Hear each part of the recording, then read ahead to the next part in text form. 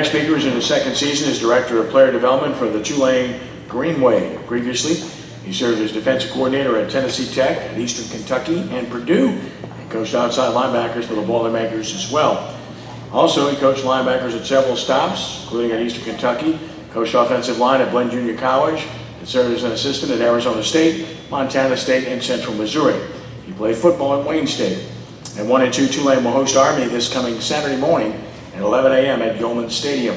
Please give a warm Quarterback Club welcome to Mr. Donn Landholm. Don?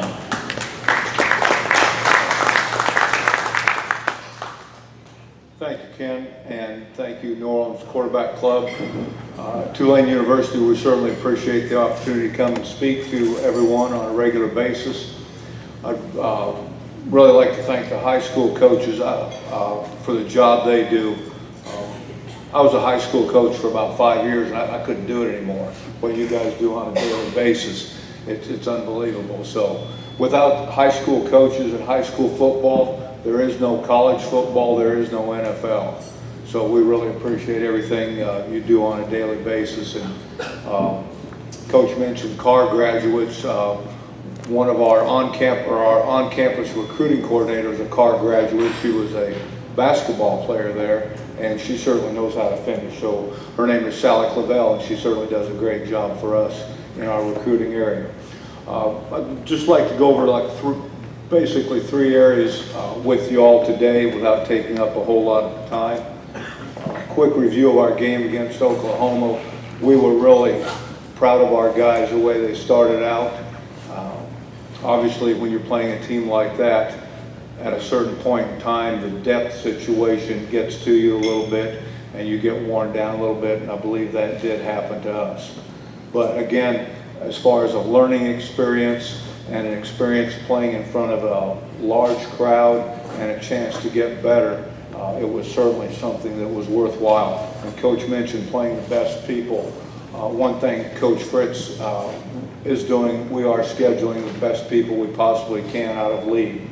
We are playing Ohio State next year. I think we've got Auburn on the schedule coming up, and we've got either Mississippi State or Ole Miss on the schedule as well. So again, in order to elevate and be the best we can in our league, we're going to play outstanding competition outside of our conference as well. With that being said, looking ahead to Army, Oklahoma was kind of our sandwich game. We had Navy on one end, and we have Oklahoma, and then we come back with Army on the other end. So we're facing two option teams with the number 2 team in the country in between. A lot of the challenges that Army presents will be the same challenges that Navy presented to us. So we feel like we're in a good position schematically and game plan wise in going ahead and getting prepared for Army. Obviously, anytime you play an academy school, they are not going to give up. They're going to play hard. They're going to play fast. They're going to be in the game for the entire 4 quarters. So we are expecting a very good game. And obviously, it's an 11 a.m. start, so everything's going to happen early at Yeoman Stadium on Saturday morning. So again, we're looking forward to it, though. As we said, Army's a good team. They were a bowl team last year, won their bowl game. And they're certainly a program that is on the rise as well.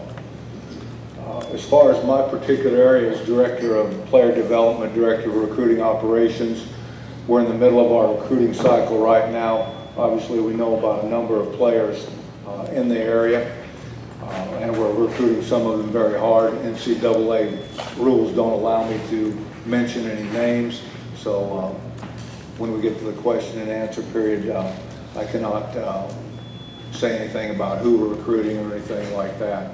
But we certainly are recruiting a number of the young men in the area because it is a very good football area. We currently have 14 commitments for this next year's recruiting class.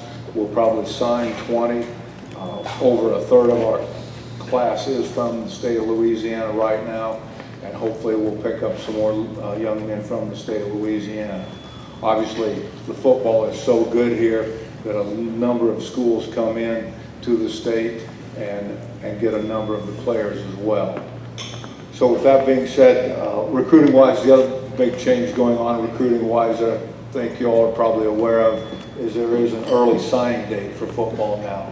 There are 2 signing dates, which is similar to the basketball model. We have a signing date in December, and we will have a signing date in February. Hopefully, we'll be able to sign the majority of our guys in the December signing date. However, the February signing date does give us a little leeway in case a young man thinks he is going to be going to the SEC or to the Big 12 or someplace like that, and he doesn't sign on the early signing date, we can still get out on him on the later signing date in February. And obviously, we're looking for outstanding players that are outstanding young men that can fit into the philosophy that Coach Fritz has and fit into the Tulane philosophy as well. As you watch our league is getting better and better all the time. Right now, I believe our league, Memphis beat UCLA over the past weekend. South Florida beat Illinois. Early in the year, Houston beat Arizona. So it's a league that's very, very competitive week in and week out. And that's one thing that we certainly enjoy about being here at Tulane, and having the opportunity to play in such a very good league and compete on a regular basis with people like that. So with that being said, I'm going to open it up to any questions, and we can go from there. Is that all right, Ken? Yes, sir. All right, thank you. Raise your hand if you have a question. Raise your hand. Over there.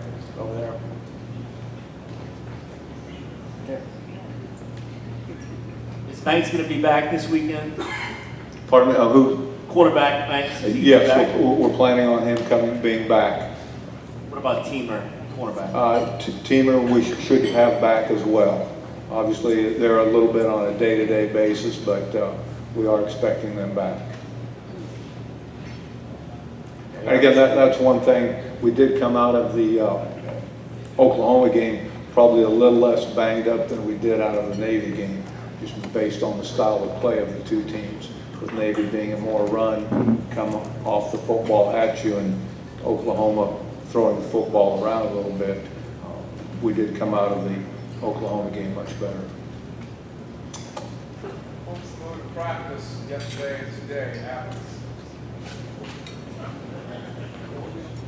after the game. I mean, was it upbeat, somber? What? No, it was upbeat. One thing that Coach Fritz always tells the team on our meetings after the game when he meets with the team on Mondays, he said that there's no pouting.